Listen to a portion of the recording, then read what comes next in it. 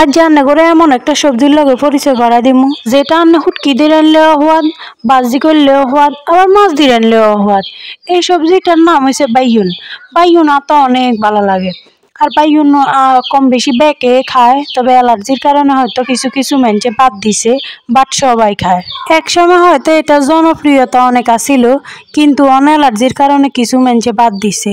যাই হোক, আর অ্যালার্জি থাকা জিয়ানে থাক, বাইগুন কিন্তু আমার বহুত ভালো লাগে না খাইলে। আর খিচুড়িতে মতো মনে করেন না বাইগুন বাজি না হইলে খাইতে মনে করে না। তারপরে মনে করেন না রোজার দিনে বাইগুনি ছাড়া তো ইফতারে করতে মনে করে না। তো যাই হোক, আজ নতুন একটা ভিডিও শুরু করলাম। আসসালামু আলাইকুম, আপনারা বাইকে ভালো আছেননি? আলহামদুলিল্লাহ, তো আর পরিবার লোক ভালো আছি। তো আজ মানে রান্ধুম হয়েছে বাইগুন দিয়ে আলু দিয়ে হুটকি দি, বুঝছেন নি? সেই রেসিপিটাই আপনাদের লগে শেয়ার করম। তো মাটি চুলাতে মনে করেন না জাল জাল করে বাইগুন রানলে ভালাই লাগে, খারাপ লাগে না। আর তারা মনে করেন না যে জাল একটু কম খান, তারা একটু জাল কমাই দিবেন। কিন্তু আবার বাইগুনেতে জাল বেশি না হলে একেবারেও ভালো লাগে না বাও। তো হিলে জাল জাল করে হরানো যে জাল জাল করে খামো, আনগুলো শেয়ার করম। আপনারা দেখতে থাকেন, আনগোতে ভালো লাগবো। তো বাইগুন টাইগুন কাটি লইছি, তরকারি রানবেলা বলে পেঁয়াজ টেজ এখানো কাটি লইছি। হিন্দি এবার আরামও গুয়া মাছ রাঁধছি।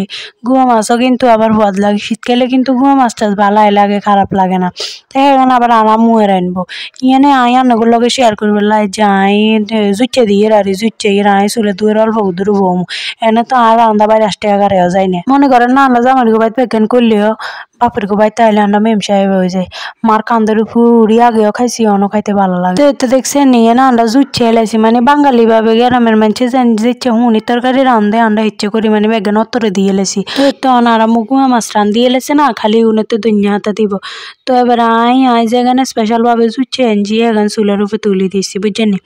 তো এখানে তো বলো কাইন লাতি মানে এখানে উতরাম, এখানে উতরাইলে একবার হিয়ার হরে মনে করেন না আলু এখানে দিয়ে দিমো আগে দিই। কারণ বাইগুন তো নরম, বাইগুনের লগে আলু ওই হাই তো বাইগুন একটা ডাইলে যাবো। হিয়ালা আগে ভাগে আলু এখানে দিয়ে এলাইছি। আলু এখানে একটু সিদ্ধ হয়ে আইলে এবার বাইগুন এখানে দিয়ে দিব। এবার আন্নাগুলোকে একটা পার্সোনাল কথা কই, আন্নাগুলো এত কষ্ট করে ভিডিও বানাই, আপনারা যদি ভিডিও ন চান তাহলে ভিডিও বানাই লাভটা কি আর একখানা বুঝে দিবেন? আন্নাগুলো এত কষ্ট করে ভিডিও বানাই, আপনারা লাইক কমেন্ট করলে একটু শেয়ার করে দিলে কি এখন থেকে টেয়া পয়সা লাগেনি। আপনারা ভিডিও চাইতে না, আপনারা বেশি বেশি সাবস্ক্রাইব করতে না, আপনারা বেশি বেশি আমার পাশে থাকতে না, তৈলে না গাইতে মারম, তৈলে না আন্নাগুলো নতুন নতুন কন্টেন্ট উপহার দিতাম আরম।